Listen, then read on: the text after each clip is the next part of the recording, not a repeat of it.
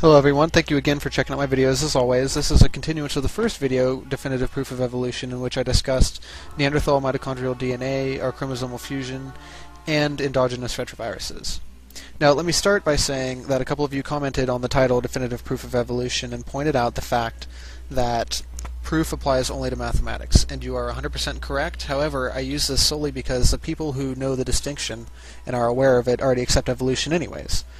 Furthermore, creationists often harp on scientists for using any kind of qualifier, so I decided to go with the forceful language because, quite frankly, to the target audience it implies the meaning that I intend to convey. But yes, you are absolutely correct. I understand the distinction, however, it serves this purpose well.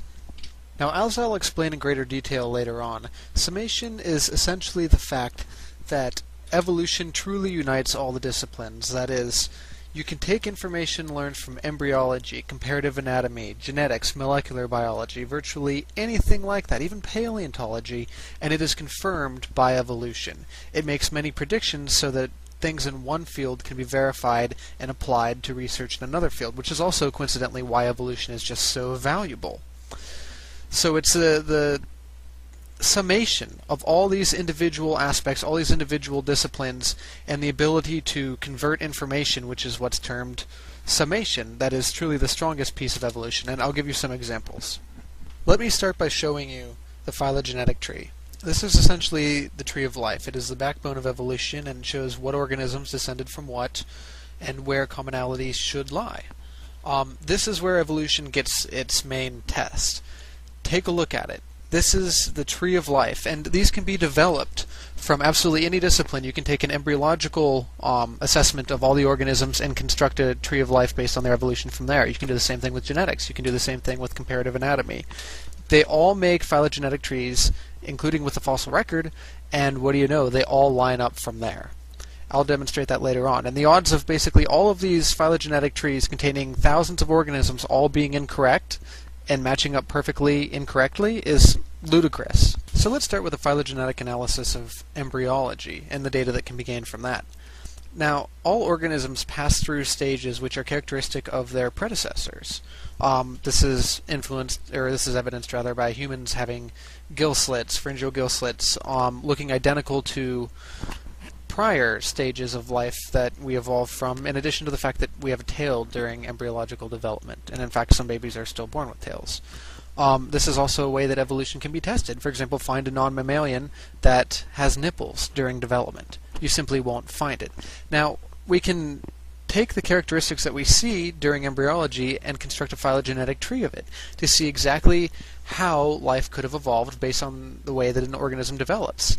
And there are many factors here which I simply don't have time to get into, such as whether something is a protostome or a deuterostome, the symmetry, things like that. If you're familiar with biology, you understand what I'm talking about, and you understand how powerful these diagnostic characters are in developing a phylogenetic tree.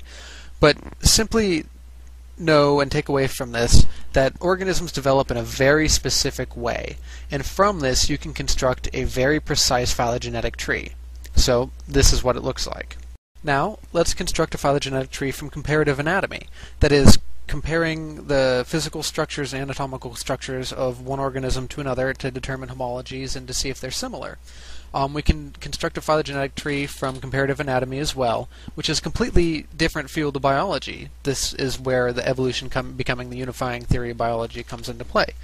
Now, it's long been known that if you take the bones of your hand, the bones of a bat wing, the bones in basically any kind of hoof, you will see exactly what's going on. They are the same bones in the same places, just in different ratios. This is actually what I did some of my undergraduate research on, was BMP4, which is essentially a protein that, during development, expresses and changes all of the actual physical characteristics of the bones in sense of their length and things like that. And subtle expression can create vast differences, as you'll see like this.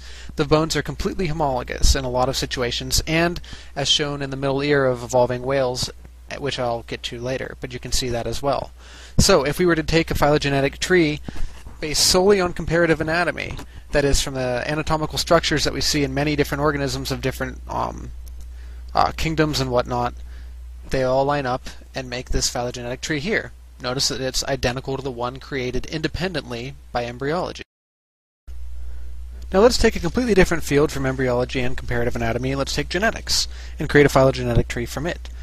Something very important to understand about genetics is that it truly is one of the biggest and strongest pieces of evidence for evolution. Check it yourself. Anything that I'm about to tell you, go to Pubmed.com, which is where any serious scientist goes to do their nucleotide sequences or anything like that, because it contains the DNA of virtually every organism. Now, what you can do is take any of the thousands and thousands of genes in our bodies, pick one at random, go to PubMed, check out the sequences of it. I'm about to show you some for cytochrome C and others, and it lines up perfectly with what evolution says. Compare it to organisms that we should be descendants of, and compare it to those who are on a separate terminal branch of another, or of a phylogenetic tree as well. Test it yourself. And we could literally make thousands of phylogenetic trees based on each gene in our genome, and they would all line up perfectly with what evolution says. But let's simplify it and only make one based on genetics.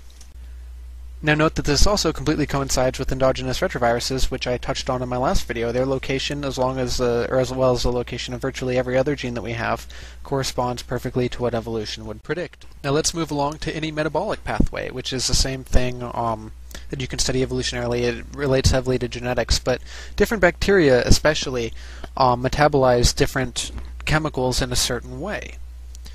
From that, we can identify the organism. It's the same thing. Have you ever used a field guide in which, does the plant have 2 leaves or 3? If 3, turn to page 7 and yada yada. Basically taking characteristics and, if yes, no, go different routes, and you can identify the organism.